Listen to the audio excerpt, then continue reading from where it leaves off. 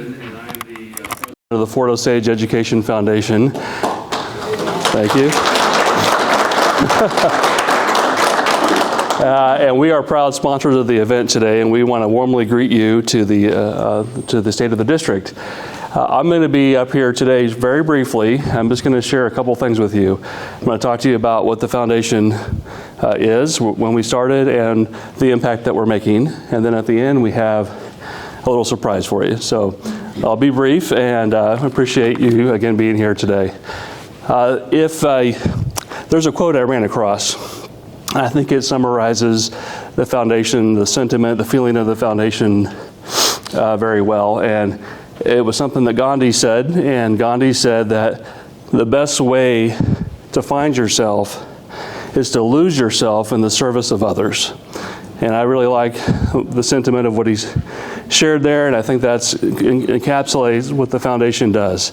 If you have no idea who the foundation is, we started back in 2001, and we are a separate nonprofit organization but we work in very close partnership with the school district. So we work in tandem, and our vision or our mission is to help stimulate learning opportunities and raise funds that outside of traditional means. So we do that through a lot of corporate sponsorships, events, individual donations.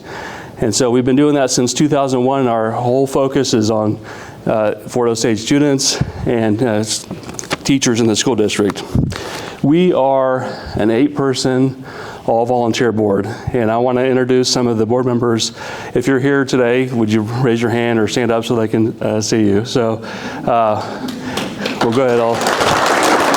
I'll individually name them also. A few of them aren't here. Dylan Peterson's our vice president. Sharon Dankenbrink. Mark Dickensheets. Anita Jonas. Amanda Brown. Philip Snodgrass. Mark Dickensheets, and Addie Snodgrass.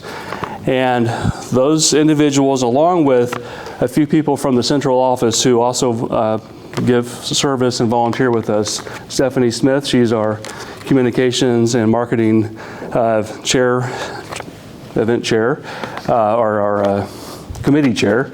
Also, Amy Button, who I saw here earlier, there she is, our secretary, and Stacy Holsworth, our treasurer.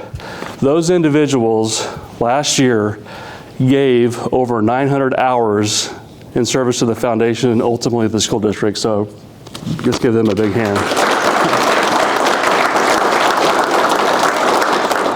We are a hardworking board. We're not just a show up and vote on policy board. We roll up our sleeves and get a lot done. So appreciate what they do. We also are able to accomplish what we are able to do through the generous support of many of you in the room. So we thank you for your contributions, whether you come to our events, you sponsor us. I see some of our sponsors here. We appreciate what you do, and we couldn't do it without you. So thank you to you as well. Give me a hand. Because of the support of all those individuals, we are able to make a big impact in the district. And some of the things, probably the most recognizable thing we do is we go out and give teacher grants twice a year to teachers who have some ideas they want to do in their classroom. They just don't have the funds to do it. So they might apply for a grant, say $1,000 or $500 for something they want to implement in their classroom. So we were able to do that. Some other things that we're able to do at the start of the year at convocation, we're able to give gift cards to teachers just to kind of help them get started. You know, it's not a lot, but it's just the idea of us being able to be there to help get them going. We're able to do a lot of other things, and some of those things are listed on that annual report that's there in front of you.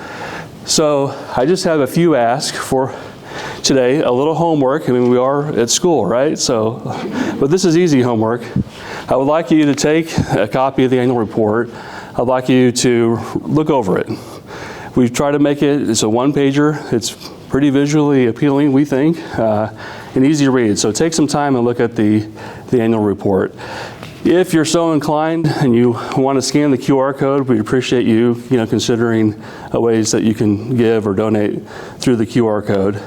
And then finally, the board members who are here, can you raise your hand again, board members? If you're interested and you want to know more about the foundation, how you can get involved, come talk to a board member. We'd be happy to talk with you and share more about what we do. So that's your homework assignment. Easy. You can do that. If you were to ask me, what's my favorite thing, Eric? What's your favorite thing about being on the board? I would say without hesitation, it's when we're able to go out to the buildings and give out the classroom grants. Teachers don't know that we're coming. Kids don't know that we're coming. We show up with a big check. We actually just did this yesterday, and it's super fun. And so our surprise today is we have a little video. It's just 2 minutes. We captured the moment as best we can of us giving out grants in the fall of last year. So thank you for being here, and we hope you like the video.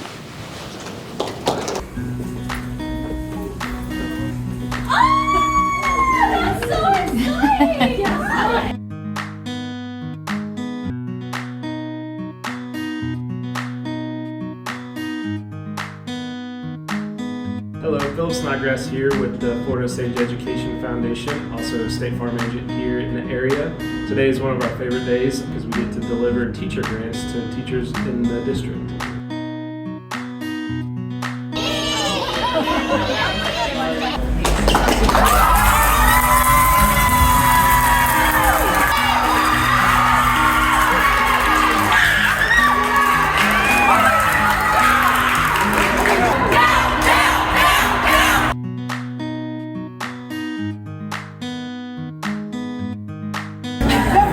Why do you guys remember the really bad calculators? Let's go in. We can't do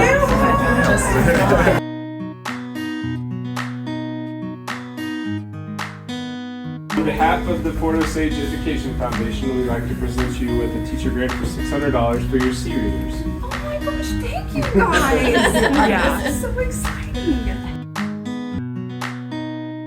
Sorry, boys and girls, but we have a surprise for your class and Miss Bryant this morning. It's go like this. It's go like this. Yeah.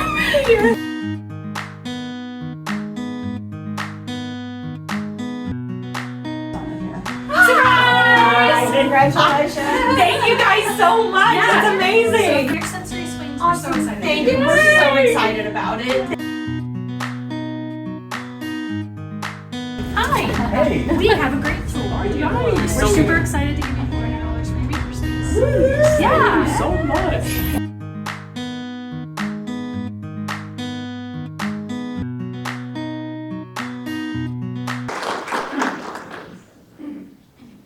Good morning, everybody. I'm Jason Snodgrass, Superintendent of the Fort Osage School District. Thank you so much for being here today.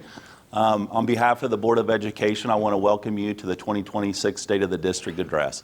I first want to thank the foundation. They do just a tremendous job. What you'll hear today a lot is partnerships. It takes everybody in the room, everybody that's watching the video, everybody in the classrooms right now, working hard to make this all happen, to be successful for students. So first of all, thank you for the foundation for sponsoring this event, and we're excited you guys are here. I also want to take a moment and introduce the Fort Osage Board of Education. We have Chris Gross, President, David Shrout, Floyd Hawkins, and Tim Brown. Give them a round of applause, please. We also have 3 board members who are unable to be here, and I certainly want to recognize them as well. We have Dustin Schnockenberg, Stephanie Watson, and Gwen Hefner. Thank you, guys. First and foremost, thank you. Thank you to the students. Thank you for the staff. Thank you to the community, to the business partners, to the parents. Thank you. If you haven't heard already, and most of you have, I submitted my letter of retirement effective June 30th. And I could not be more proud, humbled, and honored to stand before you. From the very first day, Jody and I brought our family, a 6-year-old and 4 3-year-olds, 17 years ago, to Fort Osage School District. They are now all proud graduates. And the memories that I'll take away, the memories, are everyone working collectively. Whether you're a parent, whether you're a student, and it's the success stories, the many success stories I think of over the years. Even today, yesterday, day before yesterday, just so many success stories that happen in our district on a daily basis. And it could not, and absolutely would not be possible without everyone working together collectively. So thank you so much, everybody.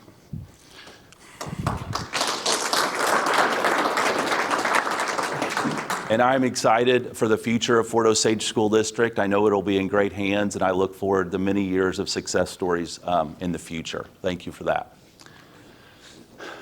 One of Fort Osage School District's primary focuses is making sure that students, when they walk across that stage at the Community of Christ Auditorium and shake our hand and walk out that door, that they are successful well after high school. But they're not only successful well after high school, they have a passion for what they're doing. They're excited about the career choice they've made. They're passionate about the career field that they've chosen. That doesn't just start at the high school. We do several different career exploratory activities with elementary students, various service projects that excite them to help others and to serve others. We have exploratory classes at our middle schools. One highlight I want to mention at our elementary school, which is an excellent highlight to end the year. We have done this 2 years. This year will be the third year. We have an amazing career fair where we have over 50 business partners go to the event space at campus grounds. And the excitement that you see on those students' faces when they're engaging with different career partners, whether you're a fireman, a police officer, an architect. We had a karate instructor there last year. The kids are so excited, and it helps them determine what their passions are in life. So that's one highlight that we're excited to do for the third year this spring. Every single fourth grader, we bring them by bus, all 5 elementaries, and it's such a special day.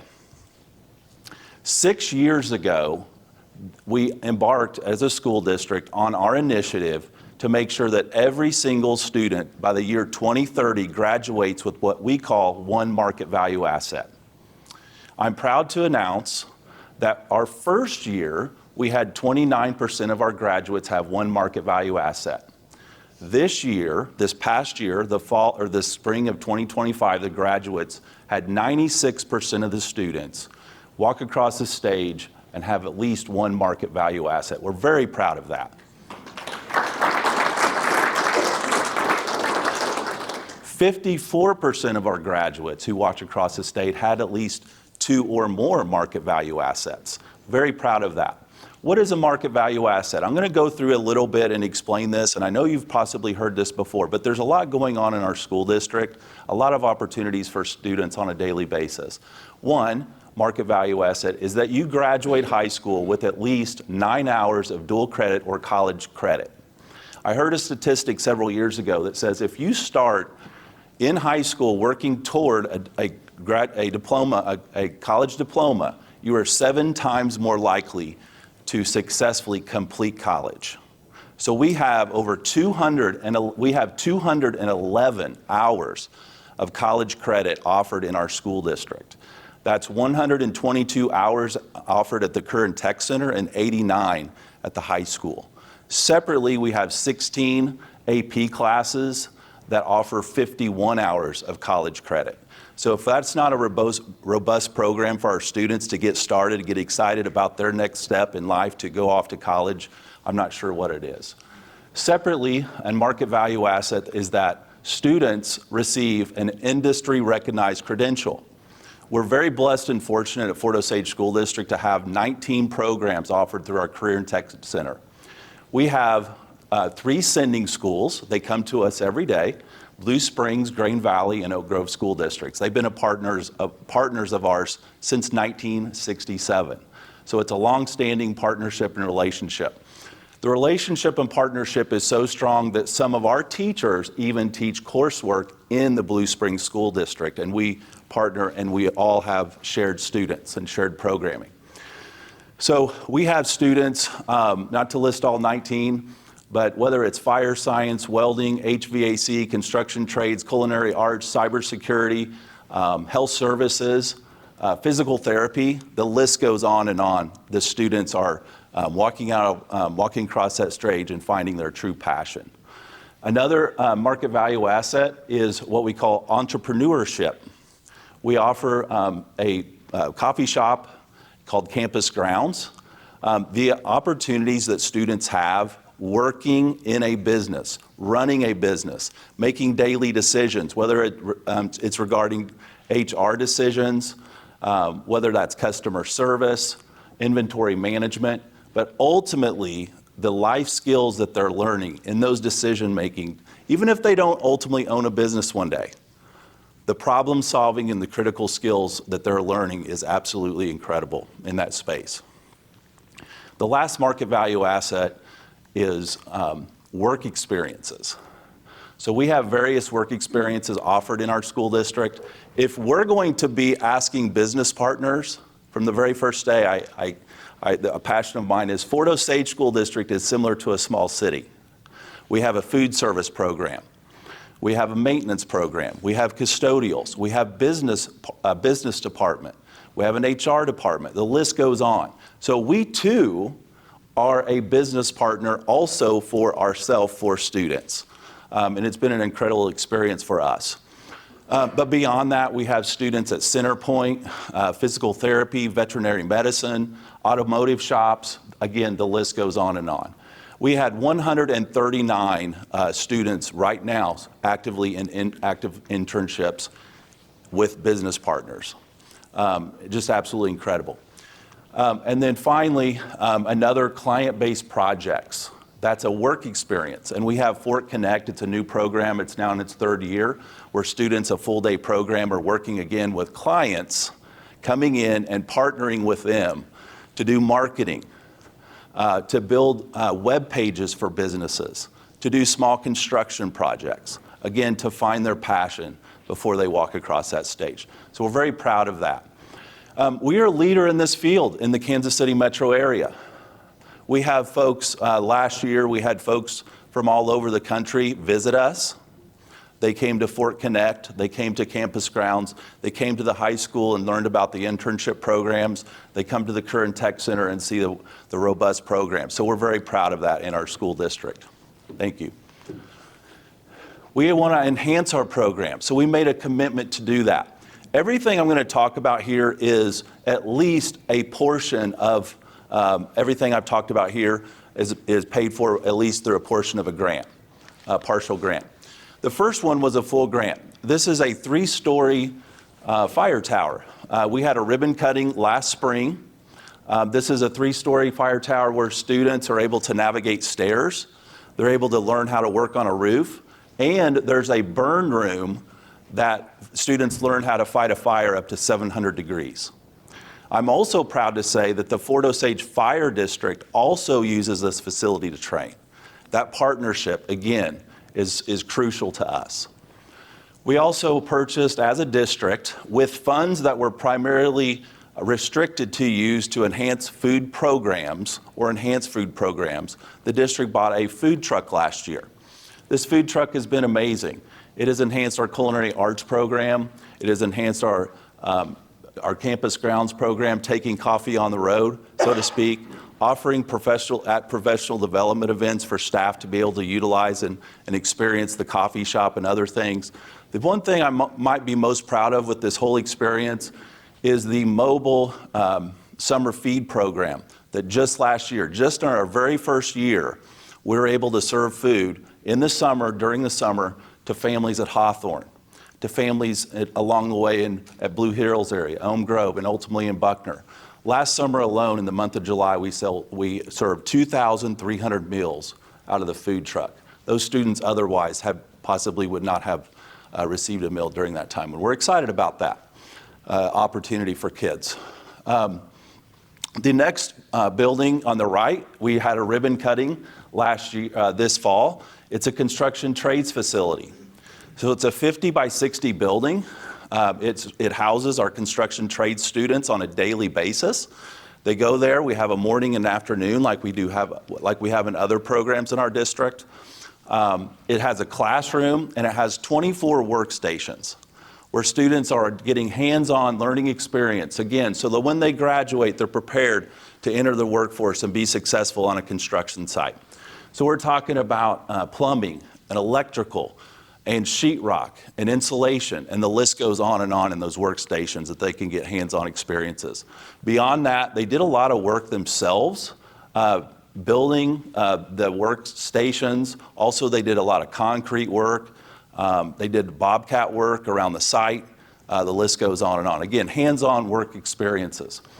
And finally, at the bottom, again, through a partial grant, this is a livestock facility that's currently being built as we speak. Be looking for a possible ribbon cutting. We're not sure if it'll be this spring or this summer, but be looking for that. Again, this is to enhance our Ag Science, our Ag Science 2 classes, equine science, and also be able to experience veterinary medicine and different opportunities for our students. We're really excited about that. Beyond that, we believe it'll grow our program for agriculture in our community. It'll be a good recruitment tool for middle school students, and we also believe that there'll be various experiences for our elementary students to be able to come and have field trips. And I know there's a day called Barnyard Day for elementary where they'll be able to experience livestock. So we're excited about that. Education is more than academics and activities and clubs. It's far more than that. It's also being able to provide opportunities for students and supports for students, whether that's social and emotional.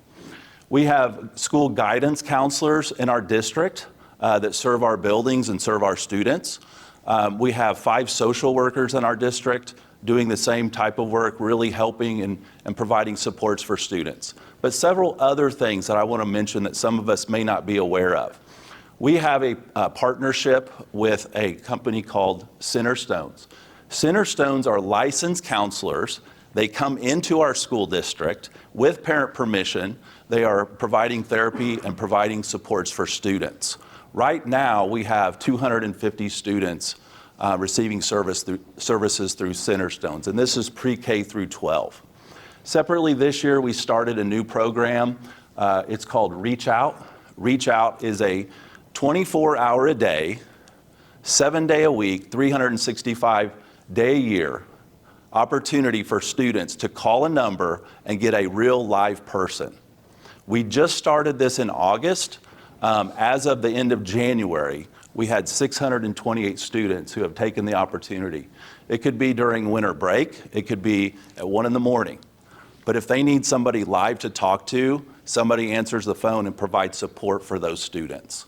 If we truly feel like, and they feel like it's an emergency or something needs to be done immediately, they call law enforcement and they'll do a well checkup. So it's been something very valuable for us, even though we've only done it for now almost 6 months. The last thing I'll mention, 2 more things, is a program called Bright Futures. Bright Futures started this past year, so in our 2nd year, it's been very successful to help provide additional supports for students. It's an advisory group that helps organize with other social services groups, so we have one contact. Sometimes if somebody loses their house, unfortunately, sometimes in the past things have been disjointed. Various groups are doing various things and no one's communicating with one group. This allows us, the Bright Futures, to organize those conversations. There's one point of contact. So whether you're Link, whether you are a business, whether you're a parent or a church or other social service groups, you have one point of contact. So these families are getting those services met through those programs. And finally, again, through a grant last spring, we opened our clothes closet here on campus. This is a one-stop shop for families. It's a discrete location. Instead of a building and walking through an entire building, they can go to this, which is located back behind the Career and Tech Center in the parking lot. We're talking about the opportunity to receive clothing, school supplies, hygiene products, and more. We've even helped some families receive a mattress.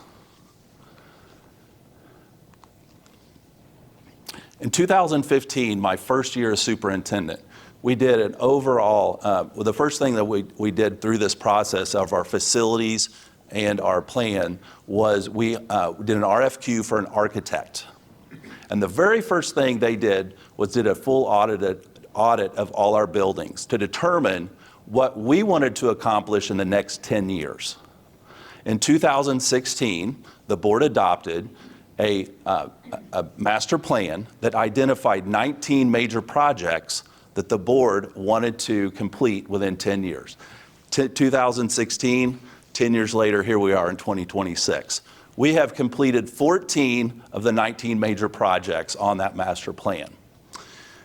Through a bond issue in 2017, through a bond issue and a levy transfer in 2021, again, we're proud that we have completed 14 of the 19 major projects.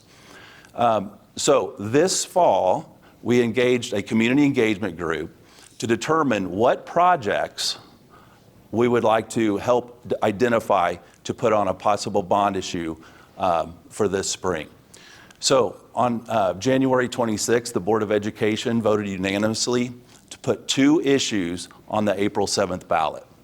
We're very excited about what we've done. You can see the various things on the screen, but the list goes on. Beyond the Woodland Early Childhood Center that we've completed already, beyond the field house and the food service programs, 8 kitchens that we've renovated. There's also parking lots that you guys might be familiar with that's been upgraded, the stadium renovation in 2017. So again, proud of the accomplishment, but also more importantly, proud of what it's able to offer our students. If you go out to that stadium when track starts and you have baseball that started, and maybe it's too wet to be on the baseball field at that point. Last year, the very first day of track practice, when we had 7 through 12 students out there with all the activities, I counted 352 kids out there on that space. So again, offering kids opportunities.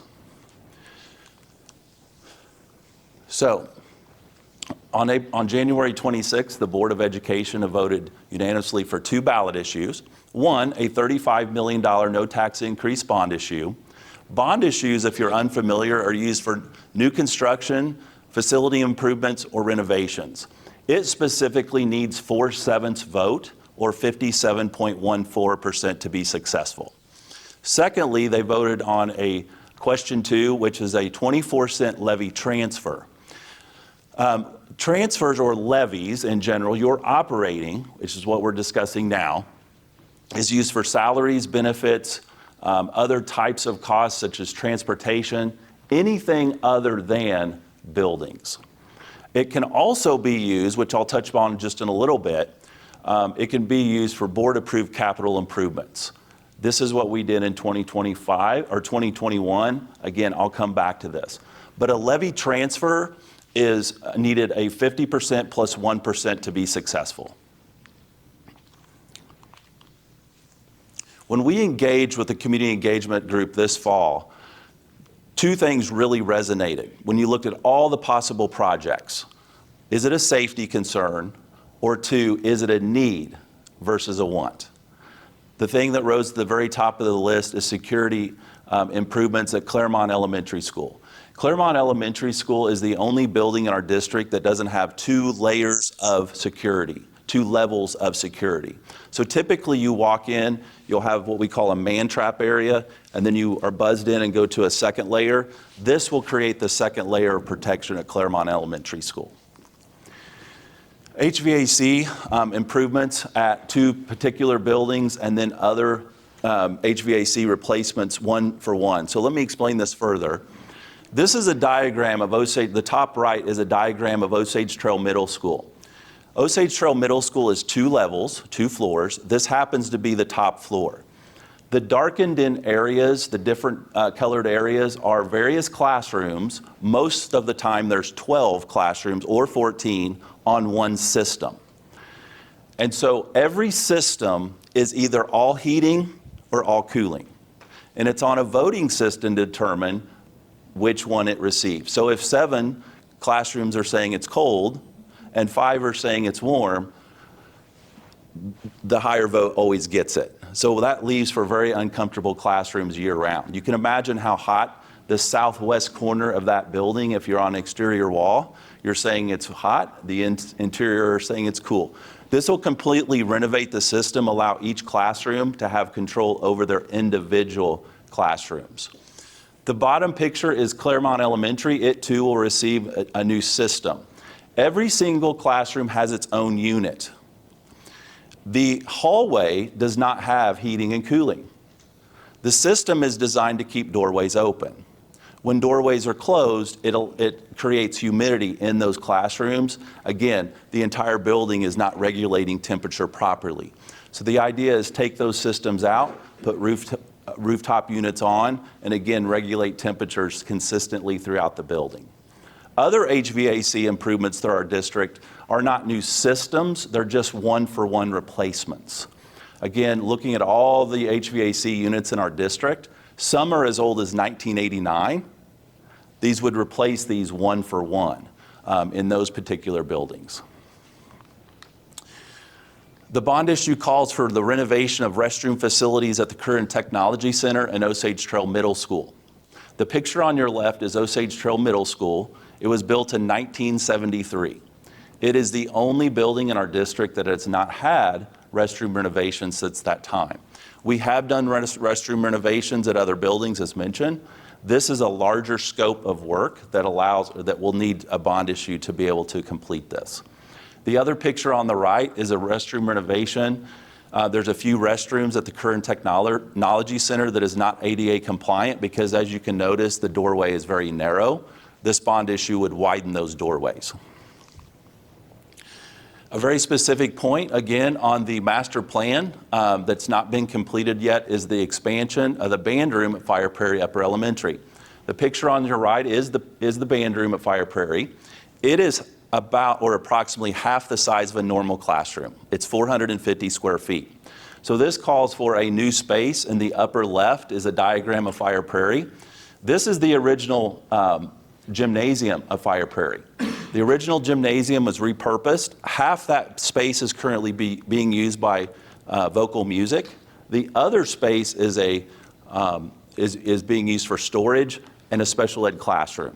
So repurposing that space, making it into a band room, and then moving the special ed classroom to another location. The Performing Arts Center at the high school, and I want to make a point of this. In a video that I put out on question 1, I said 1999 it was built. I was wrong. It was a bond issue in 2000. It was completed in 2003. Okay? The point of this renovation remains the exact same. This space is used more K through 12, pre-K through 12, than any other space in our entire district. If you want to use it in the spring, you better get on the schedule well early, even a year early, because we're looking at elementary graduations, musicals, choir concerts, all the way through grade levels, theater performances, convocation in the fall. It is used heavily. So this is the renovation and remodel of the Performing Arts Center at the high school. It starts with the commons with some new flooring and paint, and as you enter the Performing Arts Center, we're looking at new seating, flooring, paint, a line item for sound, a line item for sound and lighting, and then separately a pit cover and then a main curtain. There's a long list of things here as well. Again, that these things rose to the top as needs in our district. I do want to make a point to emphasize, I'm not going to go through each individual one, but if you literally took one or two of these individually and asked, why would you need a bond issue for a window? Well, we don't need a bond issue specifically for a window, but there are 8 windows at Blue Hills Elementary, for example, in the cafeteria. These are very large 8x8 windows. It's a larger cost. And since we are doing a bond issue with several items on it, we believe it's best fiscally managed, not to use operating costs for that, but very specifically bond money for that. So that's the reasoning for putting this on a bond issue. Again, these are needs, and the community engagement group felt they were important, and we do as well. So again, in 2021, we did a levy transfer. The levy transfer was used for salaries, benefits, supplies, utilities, and it was also used to do a lease purchase. Again, at that time, we had several needs in our district, facility needs, and our community engagement group felt, and we did as well, that it was important to do all the projects. So we did a lease purchase, and with the lease purchase, you use a portion of the levy transfer to get of the levy transfer to do a lease purchase. What we did at that time is promise voters that the next bond issue that we had, we would pay the lease purchase with the bond issue. So here we are. We're asking for a $35 million bond issue. A portion of the bond proceeds would pay, as promised, for the lease purchase that we received in 2021. Question 1 on the ballot, again, a $35 million bond issue, but the most important thing as we look through here and the bullets is the last slide that I mentioned, the lease purchase, which is acquiring property currently leased by the district. Sometimes the ballot language can be confusing, so we want to make sure everyone, as they enter the ballot booth, they know exactly what we're asking for. And then the last sentence continues there, the next sentence, resulting in no estimated increase to the debt service tax levy. Question 2 is a 24-cent levy transfer over 2 years. Again, the biggest, most important thing that you need to look at and be aware of is the total levy. The total levy in the middle is $6.25. You get that number by taking your operating levy and add it to your debt service levy. So what we're asking for is simply to move next year 20 cents from our debt service levy to our operating levy. Again, the number in the middle stays the same. So you may ask, why would you do that? Because it allows for additional dollars through that transfer in your operating budget. Your operating budget pays for salaries, benefits, supplies, and more. Again, very crucial, important. That is estimated to generate $1.6 million additional dollars in our operating next year if it's successful. The second year is a 4 cent. So again, 24 cents total. The second year is 4 cents. Again, moving 4 cents from your bond money or your debt service to your operating levy. Again, total levy stays the same. That particular year, it is estimated that it could generate as much as $3 additional million more. And the reason for that, again, is because that's a reassessment year. So that is certainly an estimate. So when you look at the ballot language, the most important point, in my opinion, is the last sentence. It says this would result in the estimated overall tax levy of the district to remain unchanged. So I'm going to talk about a sensitive topic, which is school funding. There's a lot of unknowns and uncertainties in regard to school funding at this time. I'll start with the state. I was just at the Capitol 2 days ago on Tuesday. Wednesday. I was at the Capitol on Wednesday. And what rang true is school funding. What they're talking about currently for the next 2 sessions, so we're talking about this spring and next spring, the state cutting as much as $2 billion from the state budget. This year specifically, the best I've heard is that there will be $600 million cut from the state budget, which would impact Fort Osage School District by approximately $1.1 million. That's the best scenario I've heard from the state. There's other specifics that really do impact through state funding Fort Osage School District. Last year, our buses drove 900,000 miles. We get reimbursed for that. So transportation is a big or large cost. In recent years, transportation has been fully funded. This coming year, the proposed budget cuts state transportation by $15 million. So again, that would impact our funding as well. There's several other bills being discussed that too would impact Fort Osage School District, other districts as well, and school funding. So now let's talk about local funding.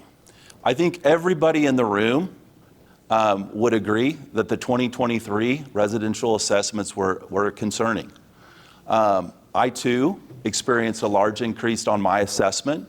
It went up 127%. We did appeal, to be transparent with this whole process. But the thing that it is with the announcement of tax credits, over the next 3 years for the 2023 assessment and the 2024 assessment, the other side of the story, it is truly impactful in regard to funding. For Fort Osage School District for the 2023 assessment, that's $3.8 million in credits that they're looking to give. In addition, in 2024, that's an additional $3.2 million. So a total of $7 million over 3 years is approximately $2.33 million each year. This does not take into account the additional cap that they put on commercial properties this year in 2025. They capped them at 15%. That immediately cut our revenues by $1.3 million. I say all that to say, we are working through this. We're having conversations on how this will impact us. I'm having several conversations with other taxing jurisdictions. This is bigger than Fort Osage. There are 12 school districts in Jackson County. When you add up all those numbers in regard to tax credits that they're having conversation about currently, it's over $196 million that would be in tax credits the next 3 years. Beyond that, we're talking about fire districts. I have had conversations with fire districts, and this will impact response times. It's impossible to take that much revenue and not impact response times. I've also had conversations with Mid-Continent Public Library and other services, other taxing jurisdictions. This too will impact their services they provide.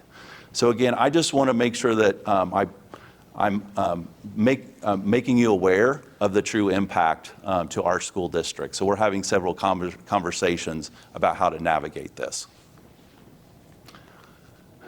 As we sit here today, there's nearly 4,700 students in our classrooms right now receiving an education. As early as 6 this morning, we had bus drivers bringing our kids to school. As early as 6 in the morning, we had our Fort Discovery employees receiving students at the door. As late as 8, 9 o'clock tonight, we're providing activities for students. We're proud of what we're able to accomplish together in our district. Again, whether you're a parent, a student, whether you're a business partner, whether you're a Board of Education member or a foundation member, what you do and your engagement matters. You're helping our students on a daily basis. Your support is incredible. And again, I thank you for the last 17 years, not only as the superintendent the last 11, but my first 6 years as high school principal has been absolutely incredible. So thank you, community. Thank you, Fort Osage. It's been an absolute incredible experience. Thank you.